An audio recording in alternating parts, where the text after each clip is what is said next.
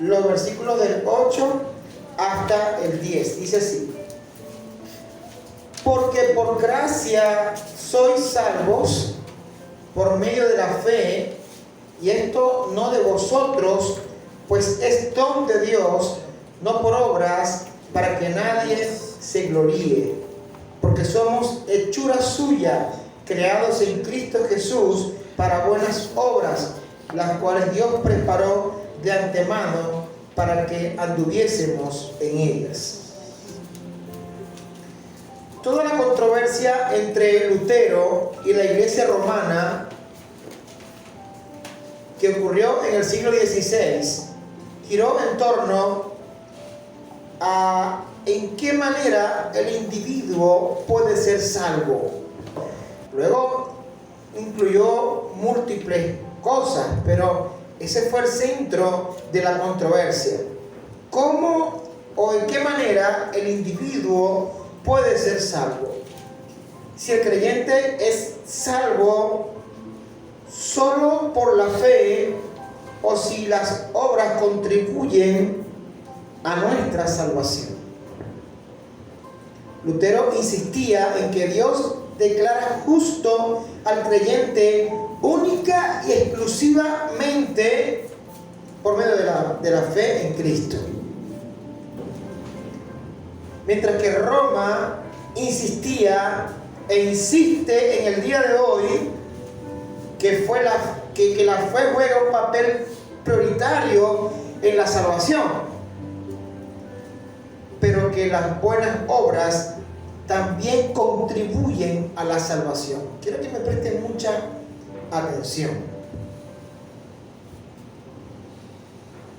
A manera de repaso, Lutero insistía en que Dios declara justo al creyente única y exclusivamente por la fe en Cristo, mientras que la Iglesia romana insistía e insiste todavía en el día de hoy en que aunque la fe juega un papel importante, las obras también son necesarias para la salvación.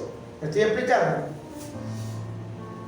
Para la Iglesia Católica Romana, Dios examinará las buenas obras o las malas obras durante toda tu vida, y dependiendo de lo que has hecho, entonces Dios te declara justo o no, dependiendo de lo que tú has hecho. Dice que declara las obras buenas o malas. No sé cuáles son las buenas, porque dice la Biblia que no hay justo ni siquiera uno. En este caso, se estaría ganando su estado de ser justo por mérito propio. Depende de lo que hice durante toda mi vida. En cambio, Lutero creía, y también nosotros, que el hombre no tiene mérito alguno para ser salvo. No hay mérito en el hombre para ser salvo. En el tiempo de Lutero y en el día de hoy todavía, para la Iglesia romana, los pecados son perdonados por medio de dos elementos centrales que ellos llaman sacramentos. No sé quiénes de ustedes estuvieron algo involucrados en la Iglesia romana. Algunos son católicos, apostólicos y maracuchos. O eran. Yo casi era una guía. Hay dos elementos centrales que ellos toman para el perdón de los pecados. El primero es el bautismo. Ellos dicen que el bautismo infunde una gracia especial que perdona todos los pecados. Cuando bautizan a un niño, supongo que lo están tratando de librar del pecado original. Porque Sí. ¿qué pecado ha cometido el niño? una vez bautizado, que según esa gracia especial recae y los pecados son perdonados, él va creciendo y va a seguir pecando. Por lo tanto, hay un segundo sacramento que se conoce como las penitencias. El creyente va al sacerdote a confesarse y él le coloca una serie de penitencias como oraciones, entre otras cosas. Usted va a rezar tantos Padres Nuestros, tantos Ave María, porque usted se portó mal. Con eso usted va a obtener el perdón de Dios. Ahí no había hasta el arrepentimiento. Sí, todavía eso aún es así en la iglesia romana. La principal protesta de Lutero al principio fue porque entre los sacramentos había algo, se estaba promoviendo el perdón de pecados por medio de la venta de indulgencias. Se fue la principal protesta de Lutero, lo que motivó entre muchas cosas, pero eso fue lo primero.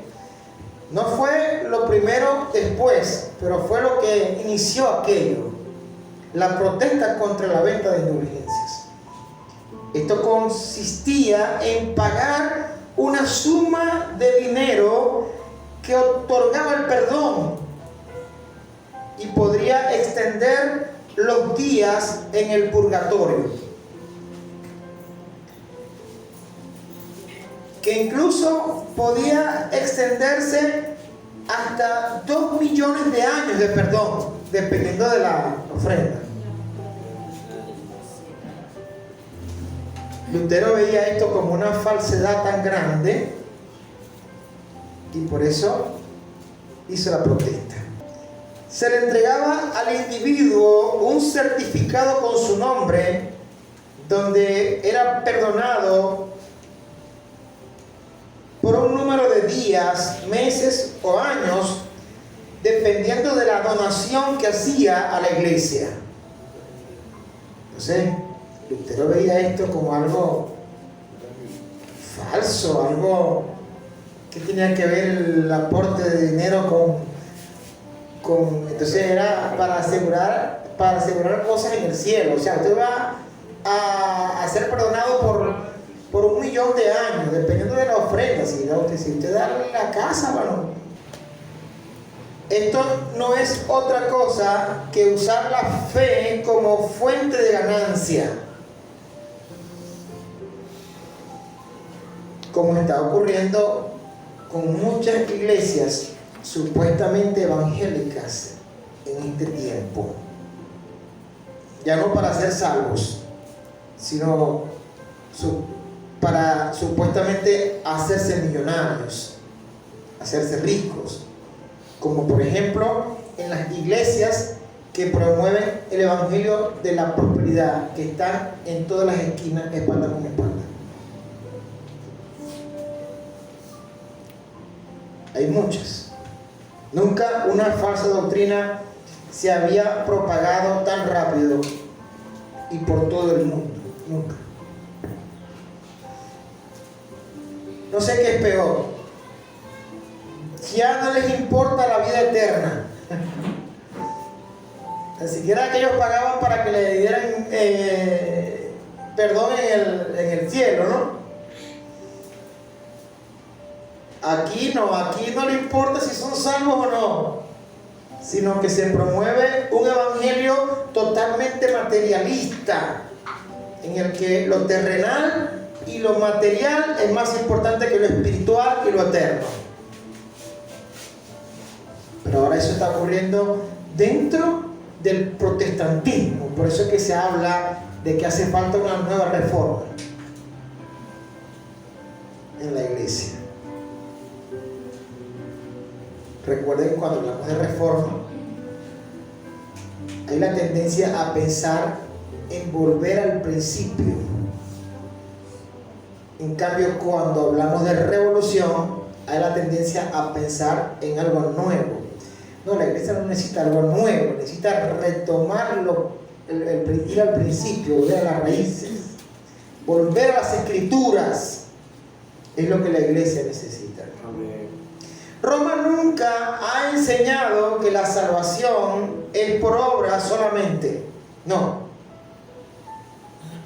La iglesia romana nunca ha enseñado esto. Sino que la salvación es por fe más las obras. Eso es lo que ellos han enseñado. El más es el que está de más. ¿Ya me entienden? La salvación no es algo que me puedo ganar, es un don de Dios por la fe en Cristo. Es un regalo. No quiere decir Solo hace falta fe. No quiere decir que no se haga bueno. Es que no te tengo que decir que hagas buenas obras, porque una vez que tú eres transformado, vas a hacer buenas obras. No hace falta que te lo diga. Es algo natural. Es algo natural. El perro, para él es normal ir al vómito. El cerdo, para él es normal revolcarse en el lodo. Para la ovejita, para ella es normal comerse su pasto limpiecito. Entonces, no hace falta decirle yo a la oveja que coma pasto, porque ella sabe que tiene que comer pasto y sabe también que debe comportarse como una oveja. Y tampoco hace falta que le diga al cerdo que se revolque, porque él se va a revolcar en el lodo. No hace falta que se lo diga, porque por sus frutos los conoceréis, dice la palabra de Dios. Lo que tiene por dentro es lo que va a sacar hacia afuera, no es nada. Pero no es para ganarse la salvación, no. La salvación por la sola fe no es de Calvino, no es de los pentecostales, no es de los bautistas, es del movimiento protestante, es lo que nos distingue, nos diferencia de todas las religiones del planeta. Nosotros no creemos que la salvación es solo por la fe, y estamos mal.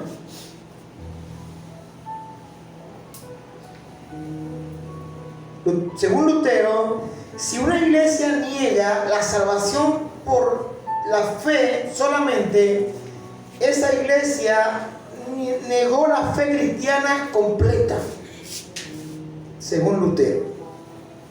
Aunque sea grande la iglesia, aunque tenga mucha gente, aunque sea muy conocida, esa iglesia es apóstata por el solo hecho de rechazar la doctrina de la sola fe. Vamos a Romanos. Romanos en el capítulo 3, versículo 20. Ya que por las obras de la ley ningún ser humano será justificado delante de él, porque por medio de la ley es el conocimiento del pecado. Escuche, esto no lo estoy diciendo yo. Ya que por medio de la ley ningún ser humano será justificado, por medio de las obras de la ley. Ningún ser humano será justificado delante de él, porque por medio de la ley es el conocimiento del pecado. Seguimos adelante. Pero ahora, aparte de la ley, se ha manifestado la justicia de Dios, testificada por la ley y por los profetas.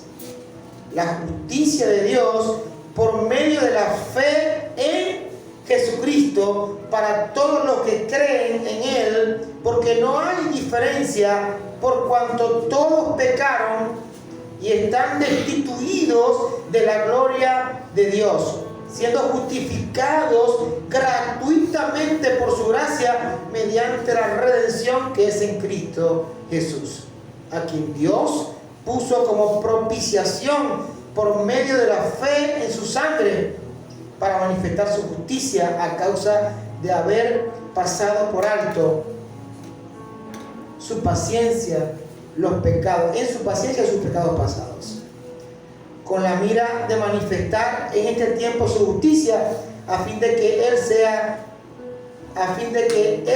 el justo y el que justifica al que es de la fe en Jesús. ¿Dónde pues está la jactancia? Dice, queda excluida. ¿Por cuál ley? ¿Por la ley de las obras? No, sino por la ley de la fe. ¿Se da cuenta? Concluimos pues que el hombre es justificado por la fe sin las obras de la ley. Es lo que dice. Y si recordamos Efesios 2, 8 al 10, ¿verdad? Que nos dice que somos salvos por fe, no por obras, para que nadie se gloríe. Ahora bien, a pesar de que Lutero llamó a la doctrina de la elección la cor ecclesia, o el corazón de la iglesia, él no es conocido tanto por esta doctrina, sino por la doctrina de la justificación por la fe. Fue la doctrina de la justificación por la fe la que generó la mayor controversia de todos los tiempos de la historia de la cristiandad. Es esta doctrina la que hace la diferencia entre nosotros y todas las religiones que existen en el mundo entero. Es esta doctrina la que hace la diferencia. Esa es la controversia que provocó la reforma protestante del siglo XVI. La justificación solo por la fe. Y generó aquella popular frase, sola fide, dicha de esta manera por su origen en latín. De ahí viene el término, la sola fe.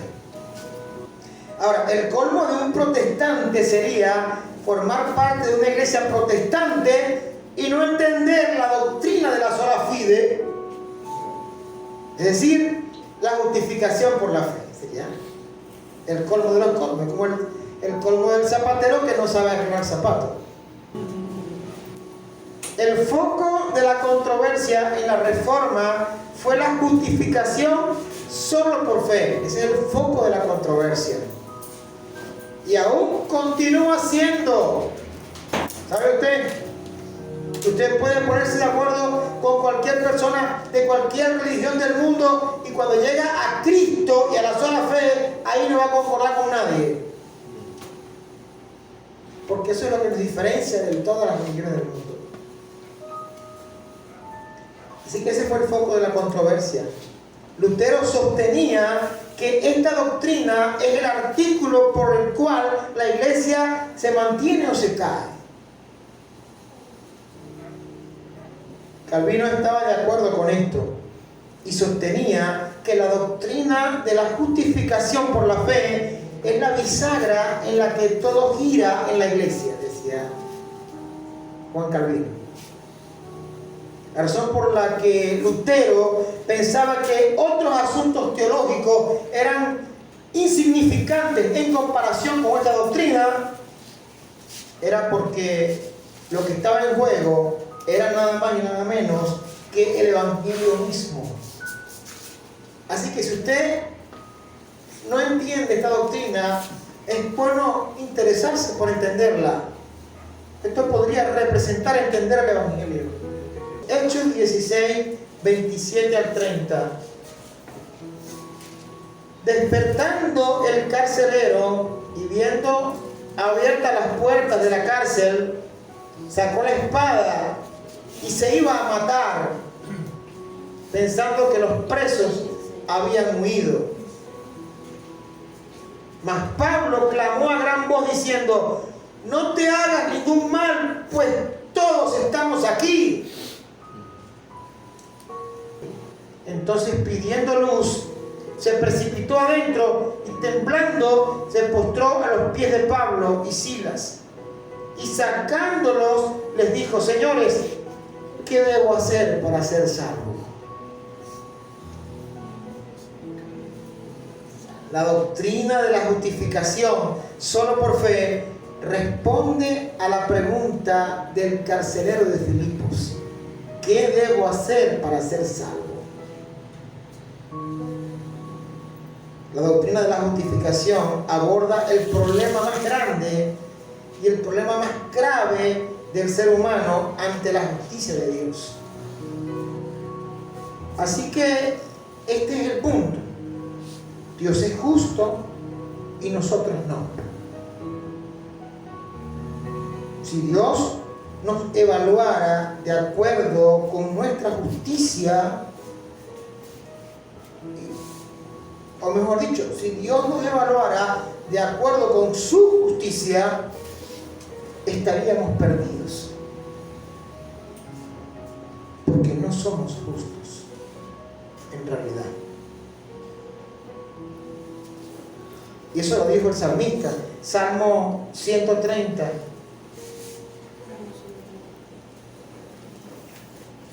Salmo 130, en el versículo 3.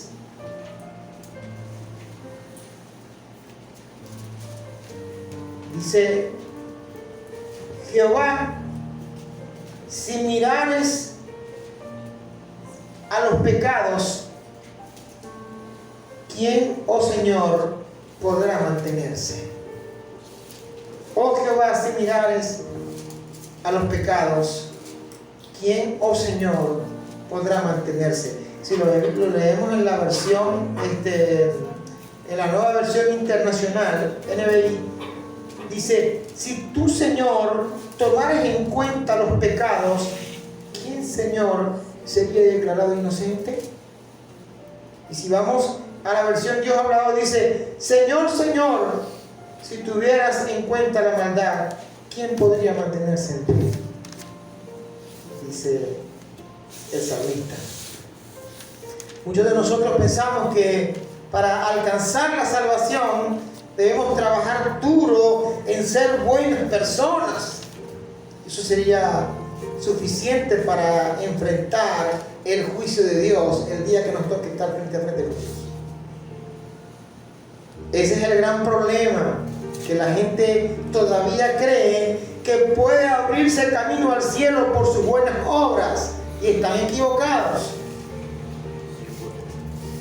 A pesar que en las Escrituras dice claramente y repetidamente y tantas veces que nadie será justificado por las obras. Lo dice constantemente: nadie será justificado por las obras. Y la gente está tratando de hacer obras y de ser bueno para abrirse el camino al cielo, y él nunca lo va a lograr. Pastores, ¿qué hago entonces? Bueno, es que aquí está la receta: por medio de la fe. Por sus frutos los conoceréis. O sea, es un resultado de aquel encuentro que tengo con Dios. No es por obligación. No es obligado. No es obligado. Aquí lo único que tú necesitas es arrepentirnos y poner nuestra fe en Cristo. De una transformación interna de adentro hacia afuera, que a veces es progresiva. Poco a poco la cosa va marchando. El tiempo va pasando y luego el árbol bueno va a dar frutos buenos. Y el malo va a dar frutos malos. Si vamos a Gálatas 2:16, las Escrituras dicen claramente que nadie será justificado por las obras. Dice el 16: sabiendo que el hombre no es justificado Como dice, sabiendo que el hombre no es justificado por las obras de la ley, sino por la fe de Jesucristo. Nosotros también hemos creído en Jesucristo para ser justificados por la fe de Cristo y no por las obras de la ley, por cuanto por las obras de la ley nadie será justificado. Más claro no lo puede ser. Eso fue lo que motivó el fuerte debate de la Reforma en el siglo XVI. La pregunta sería esta: ¿Dios espera que las personas lleguen a ser justas o las declara justas mientras que de hecho aún son injustas? Una cosa es la justificación y otra cosa es la santificación. La santificación es un proceso. Una vez justificado, entro en un proceso de santificación que es progresivo, y ahí Dios espera de mí obediencia. Pero en la justificación no es un proceso, es un acto. Y después de la justificación viene la regeneración. Soy convertido en una persona nueva, pero de adentro afuera. A lo mejor por fuera no se ve mucho todavía, porque estoy en proceso de santificación. Pero ya por dentro ocurrió. Mire, hay evangélicos que deberían ser católicos, porque piensan como católicos. Todavía no se han sacado el chip de la iglesia romana. Yo he escuchado decir: no, yo voy a portarme bien porque yo le quiero ver a Dios, yo le quiero ver la cara de Dios. No, porque ellos todavía están pensando que se van a ganar la salvación por su propio mérito. Ellos deberían ser católicos, deberían ser caballeros. Por eso tenemos que volver a las Escrituras, porque ahí nació la iglesia protestante evangélica. Ahí nació. En una protesta contra la iglesia católica y en una búsqueda incansable de volver al principio y volver a las Escrituras. Romanos 5:1.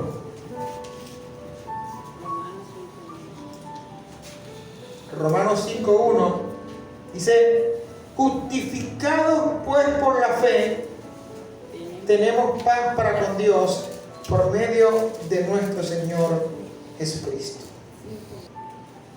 Porque la justificación no se debe confundir con la santificación. ¿Qué es la justificación? Es la sentencia legal en la cual Dios como juez declara a una persona justa.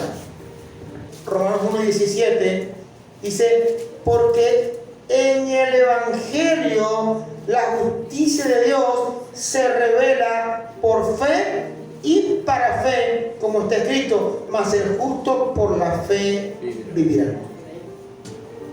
Pero el asunto es que esa justicia no viene de mí, de lo que yo hago, de que yo soy buena gente. Mira, no. Esa justicia viene de lo que Cristo hizo.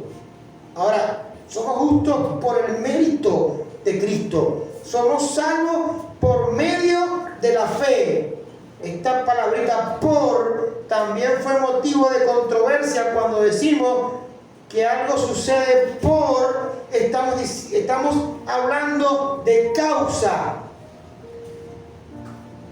Es el medio, el instrumento. Se conoce como dativo instrumental en el medio de la gramática.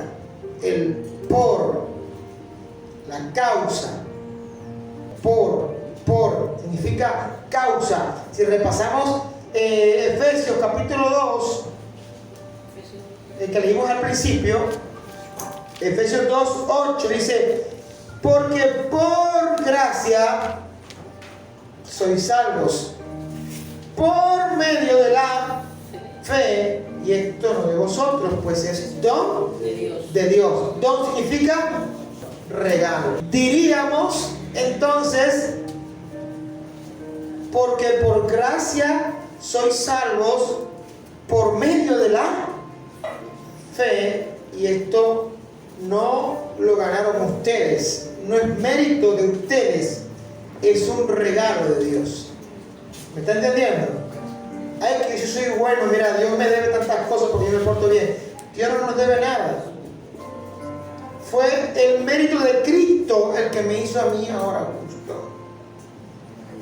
Cuando hablo de por, estoy hablando de causa, ¿cierto? De causa. El dativo instrumental es causa. El filósofo Aristóteles planteó varios tipos de causas. La causa material, causa formal, causa final, causa eficiente y causa instrumental. Ejemplo, cuando un escultor crea una estatua, ¿ok? La causa material de esa estatua fue la piedra, porque de ahí salió la materia prima para la estatua. Entonces, la causa material de la estatua fue la piedra, pero la causa instrumental de la estatua fue el martillo y el cincel del escultor. Y yo supongo que la causa eficiente fue el talento del escultor. Y esas causas unidas hicieron una gran estatua. ¿Ok? En este caso, la fe es el medio por el cual nosotros somos salvos. Es decir, la causa instrumental de la salvación es la fe. La causa material es Cristo. Cristo nos hace salvos.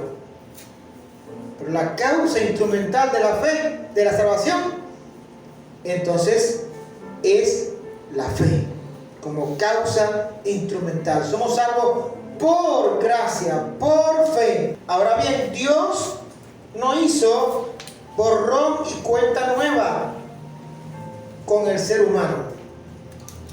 No lo hizo. El Señor no hizo amnistía universal. No hizo eso. Eso se llamaría universalismo. El pecado mortal, el pecado más grave que la humanidad ha cometido, el pecado de muerte, el pecado que nunca será perdonado. ¿Tú sabes cuál es? No creer en Cristo. Ese es el pecado más grande de la humanidad. A la gente le gusta Juan 3:16, porque de tal manera amó Dios al mundo que ha dado su vida, su Hijo unigénito, para que todo aquel que en él crea no se pierda, mas tenga vida eterna. Hasta ahí lo dejan. Pero si siguen para adelante, 17 y 18, ¿qué dice? El que en él cree no es condenado, pero el que no cree ya ha sido condenado porque no ha creído en el nombre del unigénito Hijo de Dios. Y esta es la condenación, que la luz vino al mundo y los hombres amaron más las tinieblas que la luz, porque sus obras eran malas.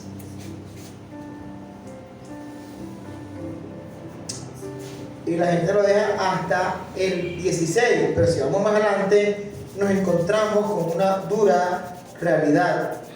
El ser humano está en problemas. En realidad Cristo pagó un precio muy alto por nuestra salvación. No fue gratis. Alguien pagó. Es que no es gratis en este mundo. Te dice, ay, que me dieron comida. Fue gratis. No fue gratis. Alguien pagó esa comida y te la dio.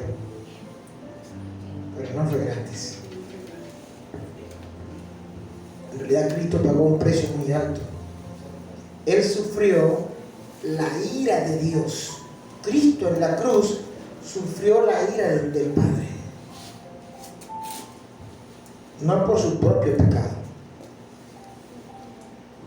sino por nuestro pecado. Él pagó el precio. Es una transferencia legal. Nuestro pecado, una doble transferencia. Nuestro pecado se transfiere sobre Él y su justicia se transfiere a nosotros. Hubo una doble transferencia. Por eso cuando estaba en la cruz dijo: Dios mío, ¿por qué me has abandonado?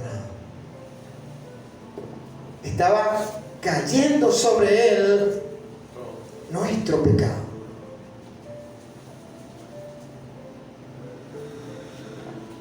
Y ahora entendemos que Cristo muere. Si no fue así, entonces, ¿qué razón, qué sentido tendría la muerte de Cristo en la cruz? Sino el justo por los injustos para llevarnos a Dios. Requisito solamente arrepentirse, reconocer nuestra condición de pecadores y creer en Él. No hay más. Es como cuando le damos un regalo a nuestro hijo y no lo valoran. Cuando no te cuesta algo, te vale. Bueno, la salvación costó caro. Nosotros la tenemos gratis, pero no fue gratis. No se nos exoneró la deuda por el pecado, no, sino que alguien pagó un precio muy alto por ella. Se llama redención.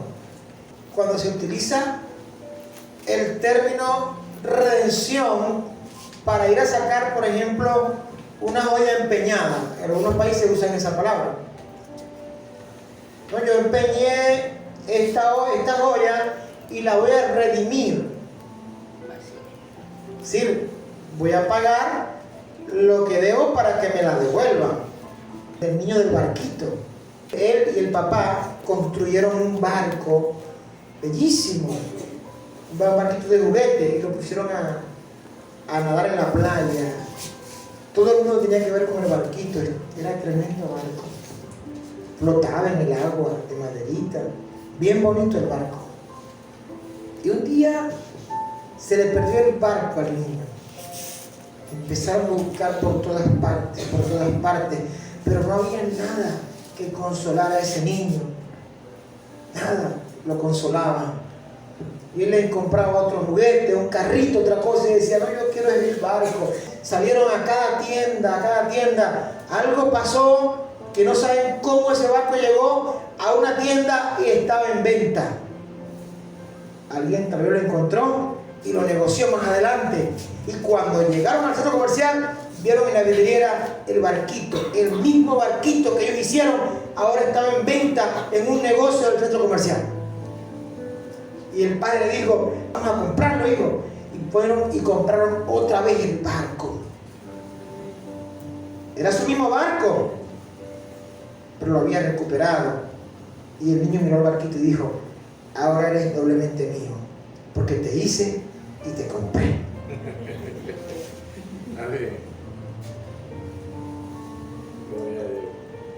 No fue eso lo que Cristo hizo por nosotros. Nos hizo y nos habíamos perdido y nos compró, nos redimió para dejarnos libres. Éramos esclavos y pagó el precio, digo, ahora eres libre. Como aquel que compra un pajarito en una jaula. ¿Cuánto vale ese pajarito? Vale tanto. Es que yo lo compro y cuando tengo en mis manos, ahora esto es mío y quiero abrirle la jaula. Eres libre. Lo redimí. Comprar para dejar libre, eso es redimir. Eso hizo Cristo por nosotros. Nos redimió. Y nos habíamos perdido. Ahora tenemos que honrar lo que Él hizo aquí en este corazón. ¿Cómo no entender una salvación tan grande? ¿Cómo no entender que nosotros no tenemos ningún mérito en esto? Que todo lo pertenece a Él. Hemos sido justificados, comprados por precio de sangre. Y ahora lo que hacemos, lo hacemos en respuesta. No es por, es para. Porque somos justificados por fe y para obras. No es por obras, no. Es por fe y para obras. Una es causa y la otra es efecto. Una es causa, la otra es propósito. Fin. Fuiste para eso que fuiste salvo. Una vez justificados, ya somos perfectos. ¿Ah? Claro que no.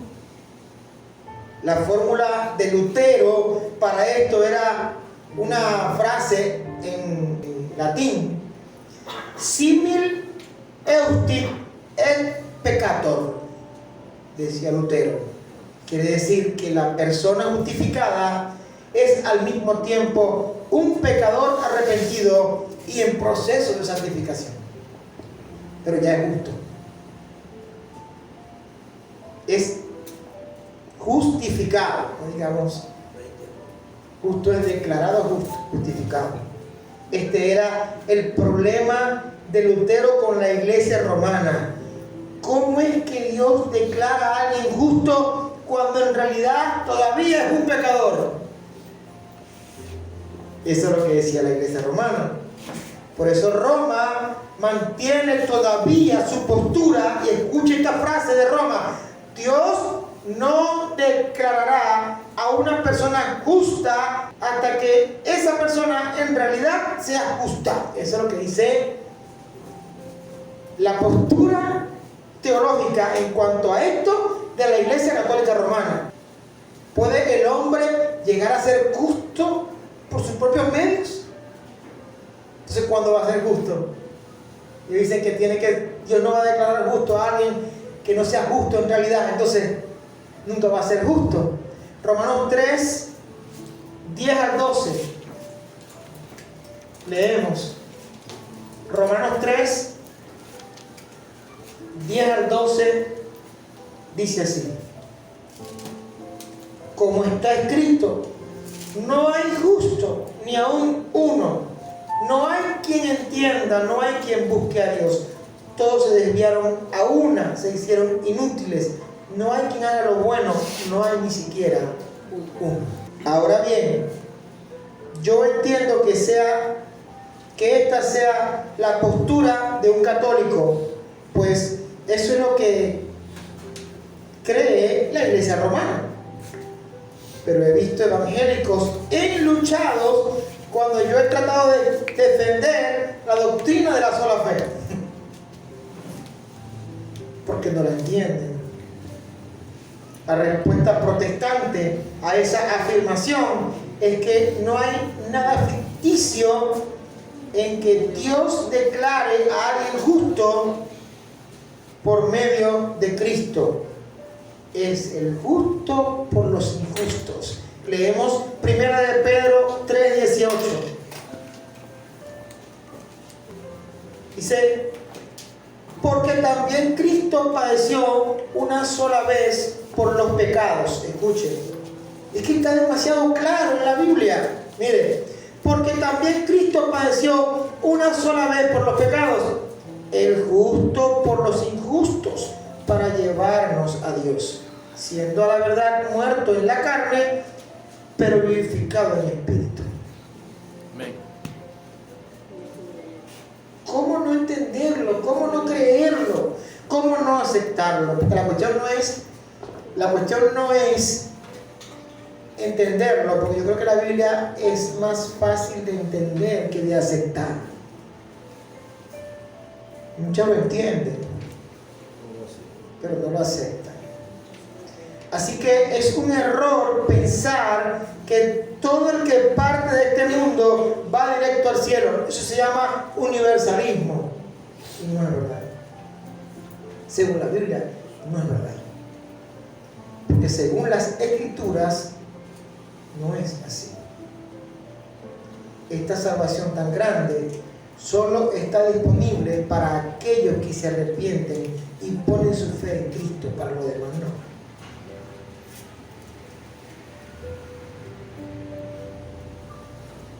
La gente, cada quien decide qué va a hacer con su vida, pues. Si va a creer o no va a creer. El hecho de que esté en una iglesia no quiere decir que ya se convirtió, que ya se arrepintió. Pero está escuchando. Esperamos siempre que la gente escuche y se arrepienta. Hechos 3:19.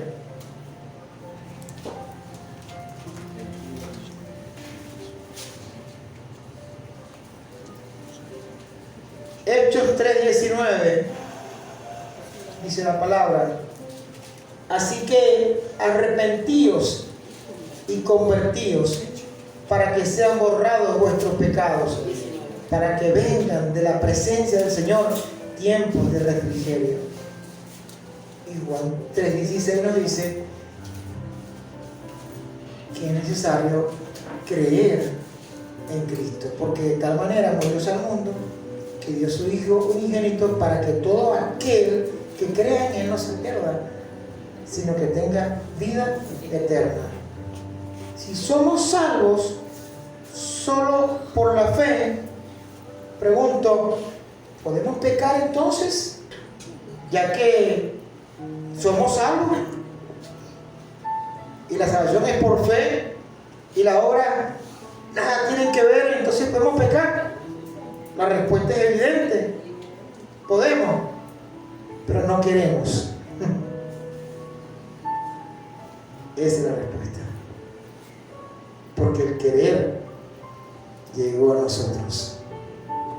O sea, el que se porta bien por obligación, ese no se ha convertido. Eso es como agarrar un cerdito y lavarlo y ponerle un lacito. Hasta una franelita le puede mandar a hacer que diga puerta de amor. El día que te descuide se va a ir a revolcar en el lodo, porque esa es su naturaleza de cerdo, y va a volver al lodo. Pero cuando la persona es realmente convertida, ya no es eso. Ahora es una oveja y no quiere, y dice, no quiere pecar, y dice Juan 10, Jesús lo dice: mis ovejas oyen mi voz y yo las conozco y ellas me siguen y no vendrán a condenación, no perecerán jamás y nadie las arrebatará de mis manos, porque mis ovejas mías son. Estoy parafraseando lo que dijo Jesús en Juan 10. Digo muchas cosas más. Entonces, las obras no contribuyen en nada para la salvación. Buscamos Efesios 2:10. Ese fue el texto que tenemos del principio. Miren cómo dice el 10. Vamos a leerlo completo, ¿no? Completo, del 8 al 10. Porque por gracia sois salvos por medio de la fe, y esto no de vosotros, es un regalo de Dios. Dice el versículo 9 como para aclarar: no por obras, para que nadie se gloríe. Es decir, para que nadie se jacte. ¿No crees tú que eso es algo que tú te ganaste? Nosotros lo regalaron, ¿verdad? Dice el 10: porque somos hechura suya, creados en Cristo Jesús para buenas obras. Ya lo dice para buenas obras, las cuales Dios preparó de antemano para que anduviésemos en ellas. Entonces, las obras no contribuyen en nada para la salvación, sino que son una muestra de que ya eres salvo. Mientras que por indica causa, para significa indica propósito, efecto. Así que el que es salvo tiene frutos dignos de arrepentimiento. No tienes que obligarlo, Él quiere. Él quiere. puede ser que tenga batallas, que tenga luchas, es normal, es una batalla que se va como en el proceso de santificación, es una batalla, pero el apóstol Pablo lo dijo, el querer está en mí, mas no el hacerlo, a veces así. Pero quiero. Ahora, el que no quiere, ese no es salvo. Ese no se convirtió. Ese está aquí porque lo trajeron obligado. Cerdito con el lacito. El día que le quité la cadena, porque no es de nosotros. Ahora, hay gente que realmente se transforma y se transforma de verdad. ¿Cuándo lo sabemos? Lo sabemos con el tiempo, porque por sus frutos los conoceréis, dice la palabra de Dios. Mateo 7, del 15 al 20 dice, porque el árbol bueno da frutos buenos y el árbol malo da frutos malos, por sus frutos los conoceréis. Entonces, el que es de Cristo tiene frutos dignos de arrepentimiento, aunque tenga batalla. El apóstol Pablo dijo, hago lo que no quiero y lo que quiero hacer no lo hago. Miserable de mí, que soy pecador, ¿quién me librara de este cuerpo de muerte? Pero ¿qué pasa? ¿Cuál es la diferencia entre él y el que no es cristiano? Que él quiere, aunque tenga lucha, él quiere hacerlo bien para Dios. El que es salvo debe mostrar con su vida lo que está dentro de su corazón. El que es nacido de Dios no es practicante del pecado. Nadie lo obliga. Nadie, que no hace falta vigilarlo. Porque ha sido regenerado y está siendo santificado. Es un pecador, sí, pero un pecador arrepentido, un pecador que quiere ser cada día mejor para su Señor, porque la simiente de Dios está en él. Y terminamos con 1 de Juan, capítulo 3, versículo 9. Dice la palabra de Dios: todo aquel que es nacido de Dios no practica el pecado, porque la simiente de Dios permanece en él y no puede pecar, o sea, no puede practicar el pecado, porque es nacido de Dios. Es decir, no se refiere a que no tiene error, no se refiere a que no mete la pata, no, se refiere a que no es un practicante continuo, porque él quiere cada día hacer lo mejor para su Señor. Amén. Que viva la sola fe. Amén. Y amén y amén.